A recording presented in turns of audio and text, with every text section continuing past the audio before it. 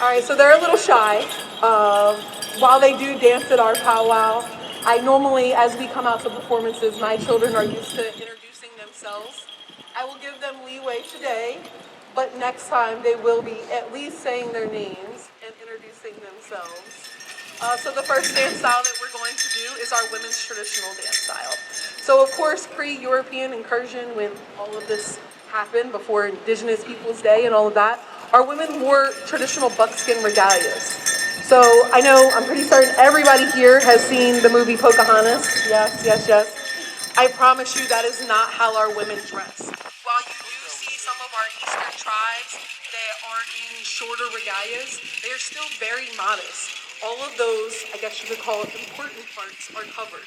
Our women do not go out and flaunt themselves. Our women always carry themselves in a graceful and respectful manner. No matter what dance style you see our women in, whether it's traditional, fancy, jingle, any dance style you see, our women always carry themselves with respect. And we are taught that from a very, very young age, to carry yourself with that respect and dignity.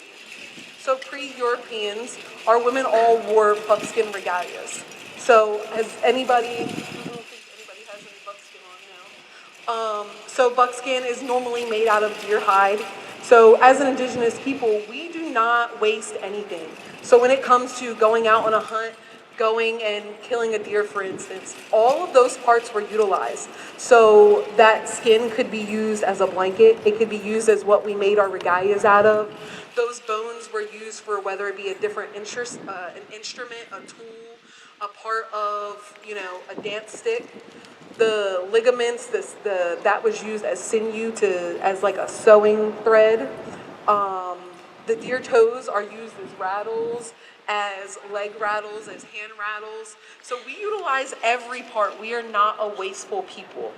So once the Europeans came and we discovered cloth, a lot of our women would switch out regalias. So during those colder months, they would wear their buckskin to kind of keep themselves warm. And during the warmer months, they could wear these cloth regalias. But as you can see, they are still covered.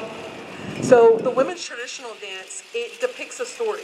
So a lot of times, depending on the style of women's traditional, whether it's Eastern or Northern or Southern, all of them depict the story.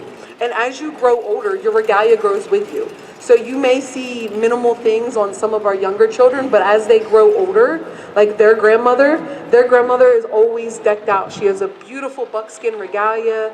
She has a beautiful belt that goes with it. And what she normally has is what our women would do is we always had a belt and we always had a knife that was tied to the back of our belt along with different medicines. So as our men went out to hunt or went out to war, if it was out to war, those women would be the ones to come. They were the nurses. We are the healers of our community. So they would go out and find all of our injured warriors, and they would have all the tools they'd need to patch them up in the field and make sure they got brought back to the community.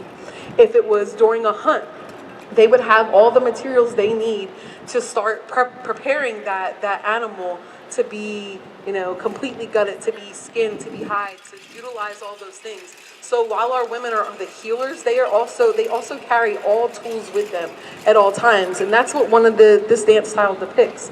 So when it comes to Southern from our region, a lot of our women dance Southern traditional, and what you'll see is when you hear those outer beats, those loud beats, they're looking down at the ground.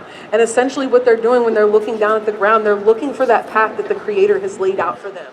We're looking to find that path to lead us the right way. When we dance, we never dance for ourselves. We dance for our community. We dance for those that can't dance. We dance for the ancestors that fought for the right to give us this privilege to be here, to represent our community. So we're going to have McKenna and Elena, who won't introduce themselves, come out and do women's traditional.